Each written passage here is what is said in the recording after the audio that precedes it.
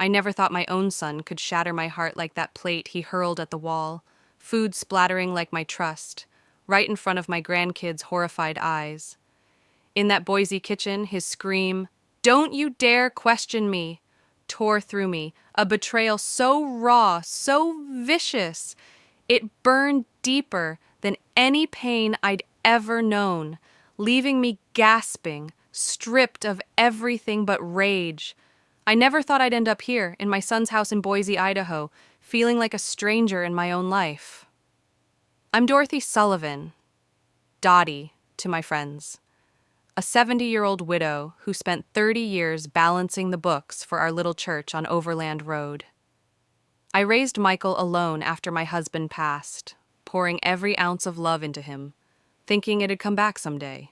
But now standing in his kitchen, the smell of my favorite meatloaf fading under the sting of betrayal, I'm not so sure. Michael's 42, a once proud engineer, but the company he worked for went under last year, and so did he. His eyes, once bright, now carry a shadow. Anger, maybe, or something heavier. After the layoffs, he begged me to move into his spare room just 10 miles from my old place. "Mom, it's temporary," he said, his voice soft, like it used to be when he needed me. "Let me handle the bills. You deserve a break." I believed him. I handed over my checkbook, my savings, $42,000 from years of scrimping, thinking it was love. But then the mail stopped coming. My phone's password changed overnight. "It's easier this way, Mom," Michael said, his smile tight, like he was hiding something sharp. I wanted to trust him, but the way Clara and Ưhen, my grandkids, looked at me, quiet, unsure, made my stomach twist. Something was wrong, and it wasn't just the missing debit card. That night, in Boise, after Michael's plate shattered against the kitchen wall, I stood in his guest room, staring at the cracked mirror above the dresser. My hands shook, not from fear, but from a fire I hadn't felt in years. I'm Dorothy Sullivan, Dottie to anyone who knows me, and I raised that boy to be better than this. But the truth was clawing at me. Michael wasn't just angry, he was hiding something. I sat on the edge of the bed, my $42,000 savings account flashing in my mind like a warning sign. I'd handed it over to him, thinking it was for Clara and Ưhen, my grandkids, to keep their world steady after Michael lost his engineering job. But now I couldn't shake the feeling that my trust was being gutted. The next morning, I tried logging into my bank account from Michael's old desktop in the living room. The screen blinked. Invalid password. My stomach dropped. I tried again, then checked my email for a reset link. Nothing. The inbox was empty, like someone had swept it clean. "Michael!" I called, keeping my voice steady as he shuffled in with his coffee mug. "Why can't I get into my account?" His eyes flicked to the floor, then back to me, sharp and cold. "Mom, I told you. I'm handling it. You don't need to stress about that stuff." His tone was smooth, like he'd rehearsed it. "It's easier if I manage everything. You're not great with computers, right?" I wanted to snap back, remind him I balanced the church books for 30 years without missing a penny. But the way Clara peeked around the corner, her 16-year-old eyes wide and uncertain, stopped me. I nodded, swallowing the words. Days turned into weeks, and the locks kept multiplying. My mail stopped showing up at the house. I used to get my Social Security statements, my church newsletter, even junk ads for hearing aids. Now, nothing. I asked Michael about it over breakfast, the smell of burnt toast hanging between us. "I had it rerouted to a P.O. box," he said, not looking up from his phone. "Keeps things organized." Organized for who? I thought, but didn't say it. Ưhen, my 12-year-old grandson, was doodling on a napkin, oblivious, but I caught Clara staring at her dad, her fork still. Something wasn't right, and she felt it too. Then came the alert that cracked everything open. I'd borrowed Clara's phone to check my backup email. She'd snuck it to me when Michael wasn't looking. There it was, buried in the spam folder. Transaction alert. $15,000 withdrawn from account ending in 6723. Memo. Harley-Davidson purchase. My heart slammed against my ribs. $15,000. My money. For a motorcycle? I marched to the garage, where Michael was tinkering with a shiny black Harley, its chrome gleaming under the fluorescent light. "Michael," I said, my voice low but shaking. "Did you use my savings for that?" He didn't even flinch. "Mom, relax. It's an investment. I'll flip it for a profit. Help us all." His grin was all teeth, like a salesman closing a bad deal. You don't get how money works these days. I went back to my room, the air heavy with the lie. An investment? Michael hadn't worked in months, hadn't paid a single utility bill since I moved in. I pulled out my old leather journal, the one I'd kept since my husband died, and started writing. October 3rd, 2025. Michael spent $15,000 of my money. Says it's for us. I don't believe him. Each word felt like a brick, heavy but solid, building something I didn't yet understand. I remembered the church treasurer days, tracking every cent. If Michael thought I'd let this slide, he'd forgotten who I was. The next day, I tried calling my old friend Laura Bennett from the landline, hoping she'd know a lawyer or someone who could help. The line beeped, disconnected. "Michael, why's the phone off?" I asked at dinner, keeping my tone light. He shrugged, cutting his steak. "Must have forgotten to pay it." "I'll fix it, Mom." But he didn't. Later, I overheard him on his cell in the backyard, his voice low but sharp. "Yeah, I've got it under control. She doesn't need to know." My blood ran cold. Who was he talking to? What didn't I need to know? I crept back to my room, my journal open again. October 5th. Michael's hiding something bigger. I'm not safe here. By the end of the week, another alert hit Clara's phone. $2,500 withdrawn. Memo. Luxury watch purchase. A watch? While I was wearing the same sweater from last winter, too afraid to mend, I confronted Michael in the living room, Clara and Ưhen playing video games nearby. "Michael, you're spending my money like it's yours. What's going on?" His face hardened, eyes narrowing. "Mom, you're paranoid. I'm doing this for the family. You want Clara and Ưhen to suffer?" His voice was a blade, cutting through my resolve. I looked at my grandkids, their heads down, pretending not to hear. I backed off, but the fire in my chest burned hotter. Michael wasn't just taking my money. He was rewriting my place in this house, turning me into a ghost. I had to act, and fast, before he drained everything I had left. In the quiet of that guest room, my journal became my only friend, its pages soaking up the ache that wouldn't let me sleep.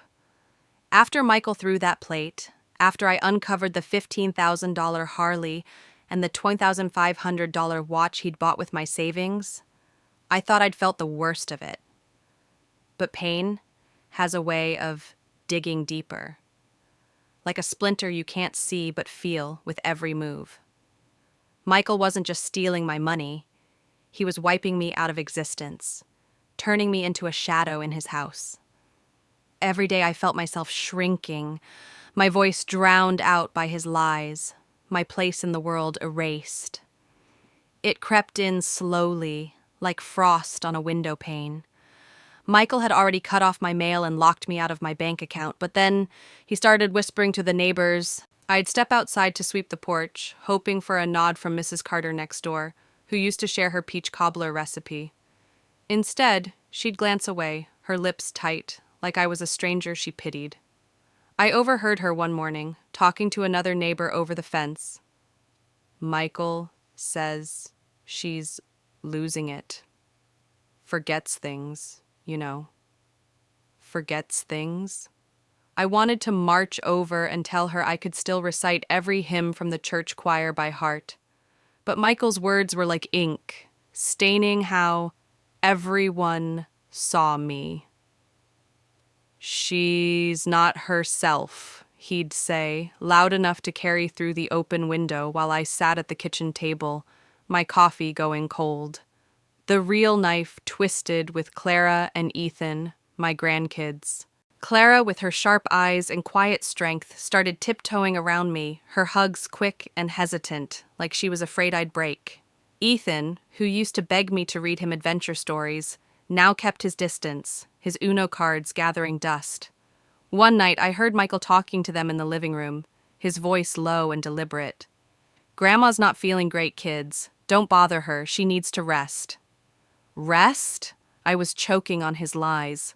I tried to catch Clara's eye at breakfast to say, "I'm still here, sweetheart." But Michael was always there, cutting in. "Mom, don't get worked up. You know it's not good for you." His tone was gentle, like he was calming a child, but it felt like chains tightening around me. I tried reaching out to Laura Bennett, my friend from the church days, sneaking to a payphone at the gas station a half-mile away when Michael was out. My sneakers were worn thin, my breath puffing in the chilly October air, but I needed to hear a familiar voice, to feel like myself again. The payphone just buzzed, dead, like everything else Michael controlled. When I got back, he was waiting in the doorway, his Harley keys glinting on his belt.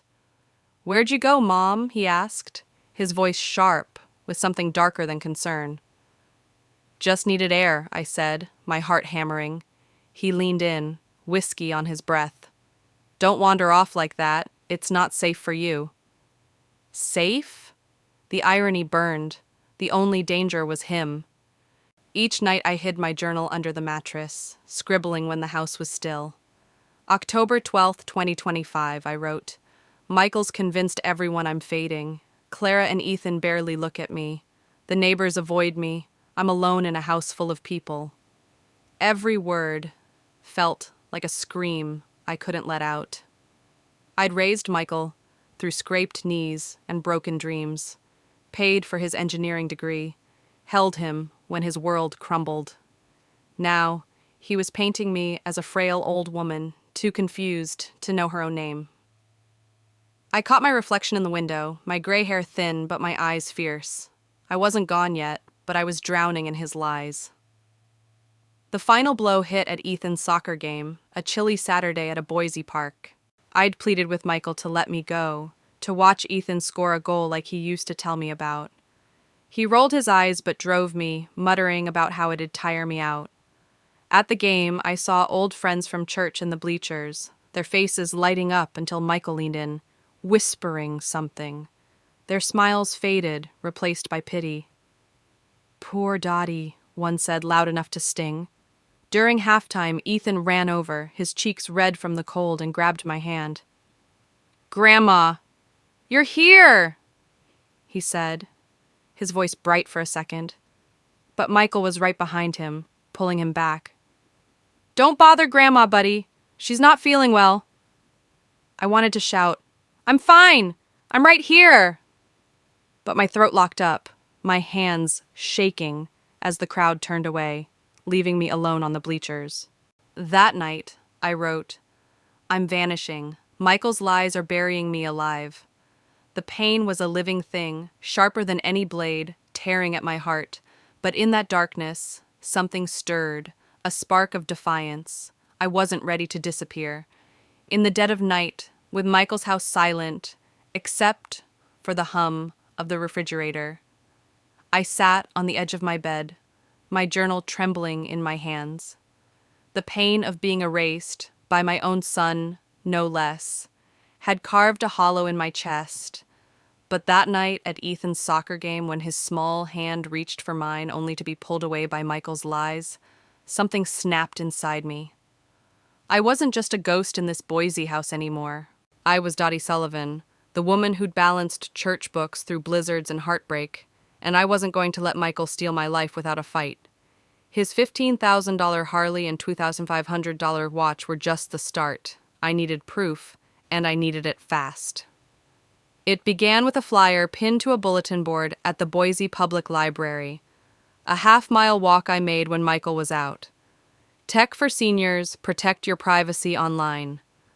I'd always been the one teaching others, Sunday school kids, church, volunteers. But Michael's voice echoed in my head. "You're no good with computers, Mom." I pushed it down, slipped into the library's basement classroom, and sat among other gray-haired folks, all of us hungry to reclaim something. The instructor, a young woman with a patient smile, showed us how to recover deleted emails and texts. "Nothing's ever really gone online," she said, and my heart skipped. Could I find what Michael was hiding? I scribbled every step in my journal, my hands stiff but steady, like I was back at the church desk tracking every penny. Back in the guest room, I borrowed Clara's old laptop. She'd left it on the kitchen counter, a small act of rebellion against Michael's rules. My fingers fumbled, but I followed the instructor's steps, logging into my backup email through a clunky browser. There it was, buried in a folder Michael thought I'd never find. A chain of texts he'd forwarded to himself from my phone. "Mom's savings are a lifeline," he'd written to someone named Greg. "She doesn't need it. She's got me." My blood boiled. Another text, colder. "If she asks about the account again, I'll handle it. She's too old to figure it out." Handle it? Like he handled that plate he threw? I saved the texts, my hands shaking not from fear but from fury. Then I found it. A voice message, accidentally backed up to the cloud. Michael's voice, low and smug. "Mom doesn't need that money. I'm the one keeping this family afloat. She should be grateful." Grateful? For stealing my $42,000 savings? For turning Clara and Ưhen against me? I downloaded it to a $10 USB drive I bought at the gas station, labeling it Michael Sullivan Evidence in Sharpie. Each click felt like a hammer striking back, building something solid out of the wreckage he'd made of my trust. I hid the USB under a loose floorboard, a secret Michael couldn't touch. I knew I needed help, someone who'd believe me, not Michael's lies about my confusion. I remembered Laura Bennett, my friend from the church choir, who'd once said, "Dottie, you're tougher than anyone I know." I snuck to the library again, using their computer to email her. "Laura, I'm in trouble," I typed, my heart pounding. "Michael's taking everything. I need a lawyer." She replied within hours. "Meet me at the coffee shop on State Street tomorrow. I know someone." That night, I barely slept, the USB burning a hole in my mind. What if Michael found it? What if he locked me out for good? The next day, I met Laura at the coffee shop, a cozy place, smelling of roasted beans and hope. Her eyes widened when I told her about the Harley, the watch, the texts. "Dottie, that's not just wrong, it's illegal," she said, her voice firm. She handed me a business card for James Carter, a lawyer who'd helped her cousin with a fraud case. I clutched it like a lifeline. That afternoon, I met James in his small office, the air thick with the scent of old books and fresh ink. He was young, with kind eyes but a sharp mind. "Tell me everything," he said, leaning forward. I spilled it all. The missing mail, the locked accounts, the $17,500 Michael had already spent. I showed him my journal, pages filled with dates and details, and handed over the USB. He listened, nodding, then said, "This is enough to start. You're not alone, Dottie." For the first time in months, I felt seen. I wasn't just fighting for my money. I was fighting for myself, and the spark inside me was growing into a flame. The spark I'd kindled with that USB drive and my journal felt like a lifeline, but I didn't know Michael was about to strike back, harder than ever. I'd been sneaking around his Boise house, gathering evidence. Those texts, that smug voice message where he admitted to using my $42,000 savings like it was his personal piggy bank. I thought I was careful, hiding the USB under a floorboard, meeting Laura Bennett and James Carter in secret. But Michael wasn't just controlling, he was watching, and I'd underestimated how far he'd go to keep his grip on my money. That October evening, as the Idaho air turned crisp and the leaves crunched under my sneakers, I felt a storm coming, one that'd test every ounce of strength I had left. It started with a phone call I wasn't supposed to hear. I was in the guest room, folding Clara's laundry to feel useful, when Michael's voice drifted through the wall from the living room. "Yeah, she's poking around," he said, his tone low but sharp, like a knife being sharpened. "I'll shut it down. She's not right in the head." My heart froze. Who was he talking to? I crept closer, ear pressed to the door. "I've got a lawyer working on it. She won't know what hit her." The words landed like a punch, stealing my breath. He wasn't just hiding my money anymore. He was planning something bigger, something to bury me for good. The next morning, I found a manila envelope slipped under the front door, addressed to me in cold, typed letters. My hands shook as I tore it open, alone in the kitchen while Michael was out. Inside was a legal notice. Petition for conservatorship, filed by Michael Sullivan. Basis: suspected early-stage dementia, inability to manage financial or personal affairs. My knees buckled, and I gripped the counter to keep from falling. Dementia? Michael was trying to convince a court I was unfit, that I needed him to control every dime, every decision. The petition listed incidents: me forgetting where I parked my car, he'd taken my keys, me wandering that half-mile walk to the payphone, me questioning family members erratically, asking about my own debit card. Each lie was a brick, building a cage to lock me away. I stumbled to the coffee shop on State Street to meet Laura, my hands still clutching that envelope. The smell of espresso couldn't cut through the panic clawing at my chest. "Laura, he's trying to take everything," I whispered, sliding the papers across the table. Her eyes scanned the document, her jaw tightening. "Dottie, this is a power grab. He's not just after your money, he wants your freedom." Her voice was steady, but her words hit like a slap. "What do I do?" I asked, my voice cracking. "You fight," she said, her hand warm on mine. "James Carter will know how to handle this. Don't let Michael see you break." I nodded, but inside I was shattering. My own son, the boy I'd raised through fevers and failures, was painting me as a helpless old woman to steal my life. That night, I couldn't sleep. The guest room felt like a prison, the walls closing in. I pulled out my journal, writing by the light of a cracked lamp. October 15th, 2025. Michael's filed to declare me incompetent. He's telling the world I'm crazy, all to keep my money. Each word burned, but it kept me grounded. I thought of Clara and Ưhen, their confused faces at dinner, Michael's lies seeping into their minds. What would they think if he won? That their grandma was a shell, not the woman who taught them to bake cookies or cheered at their games? I hid the journal again, but my hands were steadier now, fueled by a rage I hadn't let myself feel before. I met James Carter the next day in his office, a small space smelling of paper and resolve. I handed him the conservatorship papers, my USB, and my journal, pages dog-eared with every lie Michael had told. "He's trying to lock me away," I said, my voice low but firm.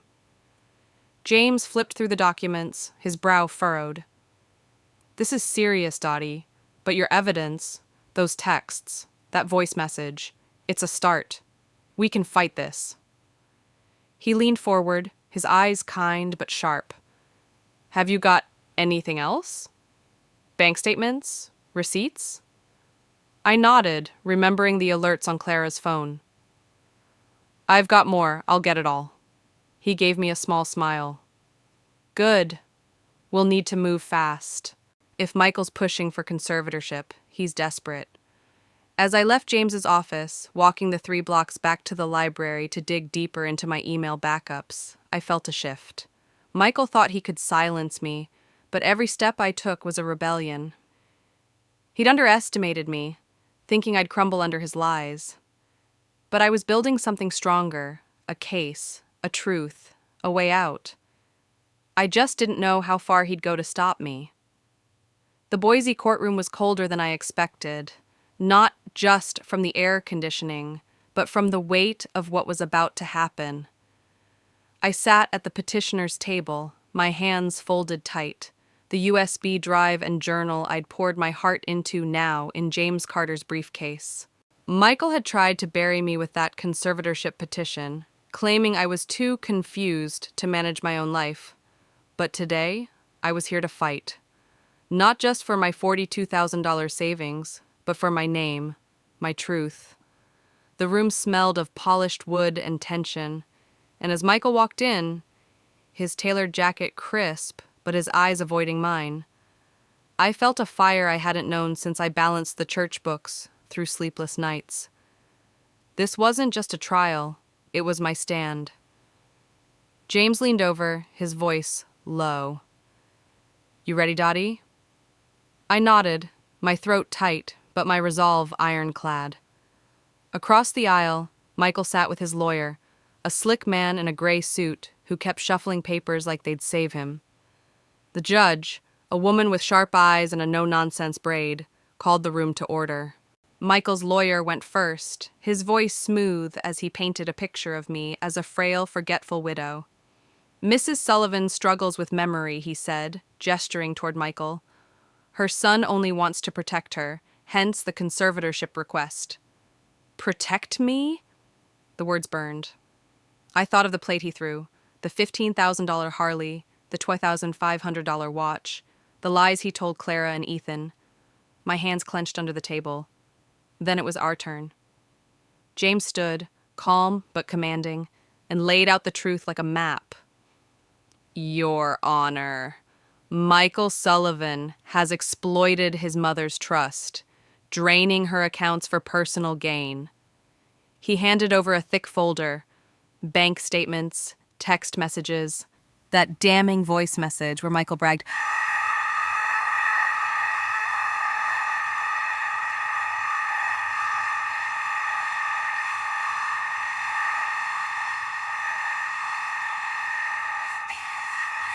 "I'm keeping this family afloat." The courtroom went still as James played the recording, Michael's voice echoing off the walls. I watched his face, expecting defiance, but his jaw tightened, his shoulders slumping just enough to betray him. "We also have a medical evaluation," James continued, sliding a letter across the bench. "Dr. Emily Harris, after 3 sessions, confirms Mrs. Sullivan is fully competent, no signs of dementia or cognitive decline." The judge's eyes narrowed as she read the letter. I stole a glance at Clara and Ưhen sitting in the gallery, their faces pale. Clara's hands twisted in her lap, and Ethan's eyes darted between me and his dad, like he was trying to piece together a puzzle. I wanted to reach out, to tell them I was fighting for them too, but I stayed still, letting James's words do the work. He presented the receipts, $15,000 for the Harley, $2,500 for the watch, another $3,000 for a Las Vegas trip Michael took last month, all from my account. "This isn't protection," James said, his voice cutting through the room. "This is theft." Michael's lawyer jumped up. "Objection! My client was acting in good faith, managing family finances during a crisis." The judge raised a hand. "Overruled. I'll hear from Mrs. Sullivan." My heart pounded as I walked to the stand, the microphone crackling under my breath. "I trusted Michael," I said, my voice steady despite the storm inside. "I gave him my savings because he said he needed help, but he used it to buy motorcycles and watches, to live a life I didn't choose. He told everyone I was losing my mind, but I'm not. I'm right here, and I want my life back." The room was silent, every word landing like a stone. Michael wouldn't look at me, his eyes fixed on the floor. The judge flipped through the evidence, her face unreadable. Then she spoke, her voice like a gavel before it fell. "The evidence is overwhelming. Michael Sullivan's actions constitute financial exploitation and abuse of trust. The conservatorship petition is denied." Mrs. Sullivan is restored as sole controller of her accounts, effective immediately. She paused, her gaze locking on Michael. You will face consequences, Mr. Sullivan, including a full financial audit and potential charges under Idaho law. I exhaled, the weight lifting just enough to let me breathe. James touched my shoulder, a quiet anchor. As Michael was led out, his face pale, I felt no triumph, just a raw, aching clarity. Clara and Ưhen watched him go, their eyes wet but steady. The fight wasn't over, but for the first time, I stood on solid ground, ready to rebuild what he'd tried to take. The courtroom doors swung shut behind me, and, for the first time in months, I felt the Boise air hit my face not as a slap, but as a promise. I'd walked in there, Dottie Sullivan, carrying the weight of Michael's betrayal. The plate he threw, the $15,000 Harley, the $20,500 watch, the lies that turned Clara and Űhen's eyes away from me. But I walked out with my name restored, my accounts back in my hands, and a fire in my chest that no one could snuff out. The judge's words, "Mrs. Sullivan is fully competent," still echoed, not just as a legal win, but as a declaration that I was still here, still whole. Michael's conservatorship gambit had failed, and now I was free to rebuild what he'd tried to tear down. I didn't go back to Michael's house. Instead, I took a bus across town, the $2.50 fare feeling like a fortune because it was mine to spend. I found a small apartment near the Boise River, a 600-square-foot place with creaky floors, and a view of the water glinting under the October sun. The landlord, a kind woman with laugh lines, handed me the lease. "Sign here, Mrs. Sullivan," she said, and I wrote my name with a steady hand, the pen gliding like it knew this was a new chapter. The mailbox key, small and silver, felt heavier than gold in my pocket. For the first time since I'd moved in with Michael, I had a place that was mine. No locked accounts, no rerouted mail, just me and the quiet hum of freedom. Clara and Űhen came to me the day after the trial, their backpacks slung over their shoulders, sent by a social worker while Michael faced his consequences. Clara, 16 and fierce, ran to me first, her arms wrapping around me like she was afraid I'd vanish. "Grandma, I'm so sorry," she whispered, her voice thick with tears. "I didn't know what Dad was doing." Űhen, 12 and still clutching his soccer ball, stood back, his eyes wide. "You're not sick, are you, Grandma?" he asked, his voice small. I knelt down, ignoring the ache in my knees. "No, sweetheart, I'm right here, and I'm not going anywhere." I hugged them both, their warmth pulling me back from the edge of all those lonely nights. The court gave me temporary guardianship, a chance to rebuild what Michael had broken between us. That evening, we sat on my new couch, eating pizza from a local joint, the $20 bill I paid with feeling like a victory. Clara laughed at Űhen's cheesy jokes, and I saw their faces light up, free from Michael's shadow. I called Laura Bennett the next day, meeting her at that State Street coffee shop where we'd plotted my fight. The smell of roasted beans wrapped around us as I slid into the booth. "Dottie, you did it," Laura said, her smile wide but her eyes soft. "You took your life back." I sipped my latte, paid for with my own reissued debit card, and nodded. "It wasn't just about the money," I said, my voice steady. "It was about being seen again." Laura reached across the table, her hand warm on mine. "You were always there. You just had to remind the world." Her words settled deep, like a seed taking root. I wasn't just Dottie, the widow Michael tried to erase. I was Dottie, the woman who'd raised a son, taught Sunday school, and fought her way out of a cage built of lies. I walked along the Boise River greenbelt that afternoon, the path lined with golden leaves. The water moved slow and steady, like my heartbeat, no longer racing with fear. I thought about the guest room where I'd hidden my journal, the library where I'd learned to fight back, the courtroom where James Carter laid out the truth, Michael's voice message, the bank records, the doctor's letter. Each step had been a brick, building a wall between me and Michael's betrayal. I wasn't angry anymore, not like before. The rage had softened into something else. Resolve, maybe, or hope. I had my grandkids, my home, my name. And as I stood by the river, the wind cool against my face, I knew I was ready to share what I'd learned, to help others see the light before they were trapped in the dark. Sitting in my little Boise apartment, the Boise River sparkling outside my window, I feel the weight of everything I've been through settle into something new. Not pain, but purpose. Michael's betrayal, the plate he threw, the $15,000 Harley, the lies that turned Clara and Ưhen away, cut deeper than I thought a heart could bear. But standing in that courtroom, hearing the judge declare me whole, I learned something I'll carry forever. Love doesn't mean letting someone take your voice. I trusted Michael because he was my son, but trust, when misplaced, can become a chain. I broke free by writing in my journal, by learning at that library workshop, by leaning on Laura Bennett and James Carter. Every step was a fight to be seen, not as a frail widow, but as Dottie, still fierce, still here. If you're listening, especially if you're older like me, hear this. Your money, your choices, your life, they're yours. Don't let anyone, even family, convince you otherwise. Check your bank statements. Keep a friend like Laura close. Write down what feels wrong, because those notes might save you. I almost lost everything, but I found my strength in the quiet moments, like signing my lease or holding Clara and Űhen's hands. You can too. If my story resonates, please like this video, leave a comment with your thoughts, and subscribe to Voices of Mother Ruth.